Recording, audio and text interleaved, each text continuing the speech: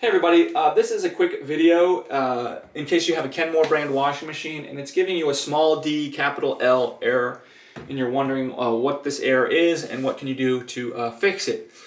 So this is one that very often a homeowner is able to fix because the DL stands for door lock. So basically, you close the washing machine, you try to start the cycle, the washing machine tries to lock, and if it's unable to lock or it senses that it's unable to lock, well, it's not going to be able to start the cycle and it's going to give you this error.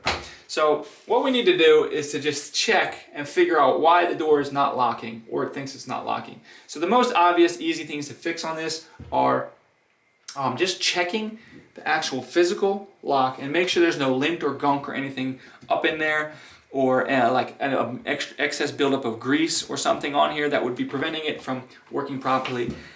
Make sure that it looks like everything in there, you don't see anything broken, everything is moving freely like it should be, and then that should get rid of your error. If it's not that, it might be something you might want to you might have to open this up and check, make sure the wiring, nothing has come loose in the wiring, or just actually replace the locking mechanisms.